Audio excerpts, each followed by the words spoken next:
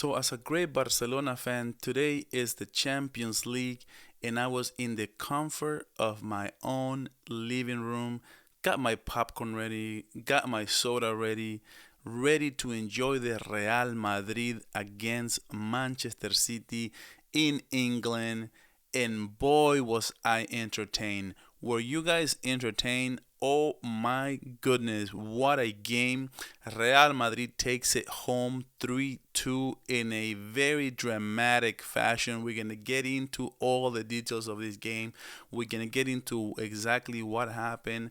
But first, make sure you hit a like, make sure you subscribe. We are trying to get to 50 subscribers so we can go live during the games, so we can do watch alongs, we can do instant reactions. We have plenty of content, so please subscribe to this channel. We just started this project. It would mean so much.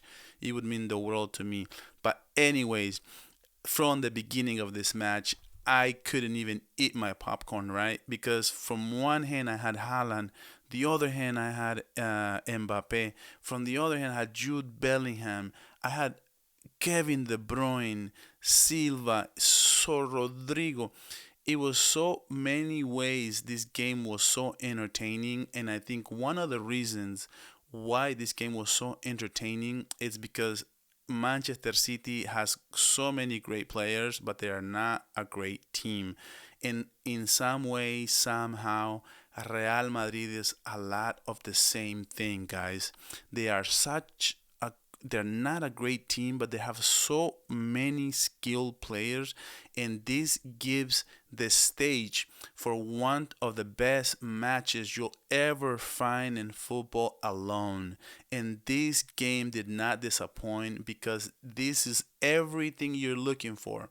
A lot of goals, a lot of people coming in crunch time, Jude Bellingham being so clutch. And as a Barcelona fan, I can say Bellingham, it's clutch. He knows how to find these moments. He knows how to either assist or score in a moment like this. He always has the power, the strength. But then there's Mbappe, right? And then there's Haaland, who in the beginning of the game, he in the 90th minute, after Real Madrid had been playing so well, on a beautiful, beautiful pass from Grealish that finds Gavardiol, and the pass from Grealish reminded me of Pedri Gonzalez. He puts it so beautifully, who basically puts it on his chest, and he finds Haaland in stride, and Haaland finds it in front of Courtois, and puts it puts it to the right and puts it away. An amazing goal, and is very controversial right off the bat in the 90th minute. It took all 5 minutes. The referees were very, very unsure what to say, whether to call it offside or call it onside. You let me know down in the comments, what do you think. To me, I'm going to be very honest. I'm going to be very, very, very my goal for this channel is to have perspective. I'm a Barcelona guy. You know, I bleed I bleed blue and red, honestly. I from when I was born, I'm Barcelona all the way, but I like being honest, and I like being true to what I'm seeing on the field. And honestly, I thought this was going to be offside. He was very, very offside. And at the end of the day, I think it was the wrong call. But you let me know if I'm wrong. I was thinking, as a Barcelona fan, obviously, right, watching from the couch, because we don't have to play for our lives because we're second place and we're just waiting for the winners and losers of this round. And like other teams who are literally playing for their lives, and they have to win a game in the 90th minute after playing really, really, really bad. Anyways, let's get into this. And it's called onside. And then I have to say it, guys. Real Madrid have been playing better. Real Madrid had a big chance off the hands of Mendy, where he was just in front of the goal and he couldn't get it done. He couldn't get it. He had a chance to either pass it to Mbappe or shoot the goal, and he shoots it wide and makes the wrong decision. I don't know how he missed it. And Madrid had two other chances where Vini Jr. actually didn't know what he was doing, and Madrid finds themselves losing 1-0. And from that point on, it was basically a match of two teams trying to be aggressive, trying to find their way in this match. I do think that Guardiola has he takes the big load of culpability. I put a lot of this on him. I don't think he had the best lineup. I don't think he had the best game plan to play Real Madrid today. I don't. Real Madrid is a team that struggles. Um, is a team that struggles, or a team that comes out in attack. And just like Barcelona did, Barcelona was on full throttle, full attack mode, and I think this is where Pep Guardiola was missing. He was actually playing more of a low block, trying to wait for Real Madrid. And Real Madrid, that plays into their hands because they don't have a defense to play today.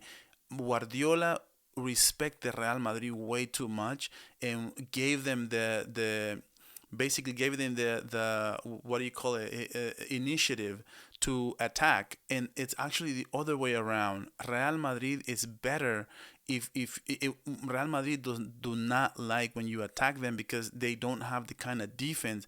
I do think he should have played Marmouche.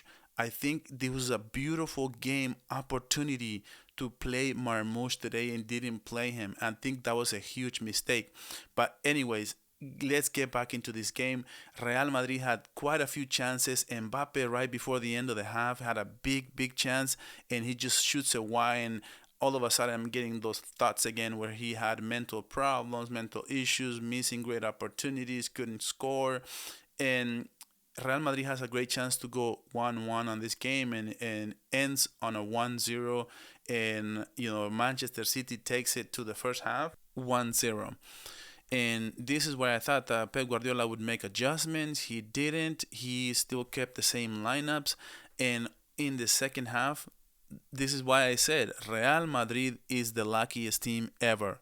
Real Madrid has something to do with the Champions League, something to do with them in this stage when it's the champions, like something like that.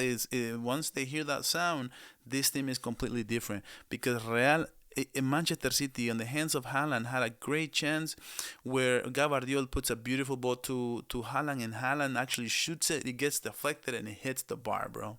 It hits the bar. That was the second ball to the post, and Real Madrid has these kind of things that I don't understand. I don't understand why they're always so lucky in the Champions League. And right after that, guess what happens? It's always the flip side. Manchester City was playing worse and they found a goal in the first half. Real Madrid was playing worse and they found a goal in the 60th minute where Ceballos puts a beautiful pass to Mbappe, who finds it and he shoots it like the World Cup 2020 final against 2022 final against Argentina, where he basically finds a volea and shoots it without even thinking about it, and he scores a great banger. Didn't score a great banger on this occasion, but it was goal nevertheless. And if somehow it just finds the net, tell me Real Madrid isn't the luckiest team in the whole wide world. It was 1-1. The game was back and forth, and this is where Guardiola makes a big mistake. He takes out Stones and puts in Kovacic. That's all she wrote. Because then it comes Ceballos, made a big mistake. He actually had a pretty decent game. I did like Ceballos in this game, but he makes a kind of a silly mistake by tackling Foden into the box, and he thought he would make the foul outside the box, and it ends up being hit in the knee that was inside the box. It was a penalty. What do you guys think? Everything around Real Madrid is controversial. They're crybabies. They don't like any calls against them. They think all the calls should go in favor of them. But what do you guys think? I think this was a clean and clear penalty. It was inside the box. I clearly saw Ceballos' knee, Foden's knee inside the box, and that's a penalty. Although, there's always that fine line, right? People say, why does the ball have to be over the line, but the body doesn't have to be over the line. So you let me know down in the comments. But here's another chance for Haaland that I'm so happy for Haaland. He needed a game like this where he's scoring in crunch time, in clutch time against a big team, and it doesn't get bigger than Real Madrid in the Champions League. And he's always been missing those goals against the top teams and in top moments like this. And he scored the second goal. It was 2-1 Manchester City, and I thought for sure this was gonna be a win for Manchester City, 2-1 going away to Santiago Bernabeu. But Guardiola's team, it's just broken, and you've seen it against Feyenoord. You're seeing it against Bruges. You're seeing it against Sporting. Even the games that they won the games, and even the games that they either tied or lost the game, it's always on those last final minutes, just like it happened to Barcelona. It's like the same bug, but the problem with City is they didn't flip a switch. Barcelona flipped a switch, but City is still playing like this. They cannot find a way to close out games, and this was a great example when Brahim Diaz, right, and Ederson tries to give a long kick and ends up being short to Vinicius, who passes it to Mbappe, who shoots it, and he had a chance to redeem this bad pass he did Ederson, and instead of kicking the ball to the left or right like you thought as a keeper, he puts it in the middle. It finds Brahim Diaz that had just walked into the pitch 30 seconds ago. And what a player. I love Brahim Diaz so much. Every time I see him, he's always making the best of it. He's don't have a lot of minutes, thanks to Ancelotti, who doesn't know what the hell he's doing, and he doesn't put him on many, but every time you put him in, he always seems to find a mark for every single match where he plays. He always makes a difference. This kid is phenomenal. I don't know why he's playing 10, 15 minutes for Real Madrid. I would be finding another team where he can play a lot more and we can see a lot more of him. But anyway, this was the 2-2, and it was all tied. I thought we were going to go home. I thought it was over. I thought it was basically, I was starting to think and what kind of notes I was going to write for this video that I wanted to make. And all of a sudden, big mistake by Kovacic. Instead of kicking it outside the pitch or even, trying to play a long ball or something, he gives it to Vinicius like he's trying to make an assist. And what a mistake. What a freaking mistake by Kovacic. What are you doing, bro? You don't have a level to play for Manchester City. Manchester City has too many skilled players for him to be playing. This is what I'm saying. This is all on Pep Guardiola. And he gives it to Vinicius, who basically it's a one-on-one with the keeper. He tries to lob it up and actually ends up missing it, but it's somehow the luckiest team in the whole world, Real Madrid, finds Jude Bellingham. You cannot tell me this was a pass.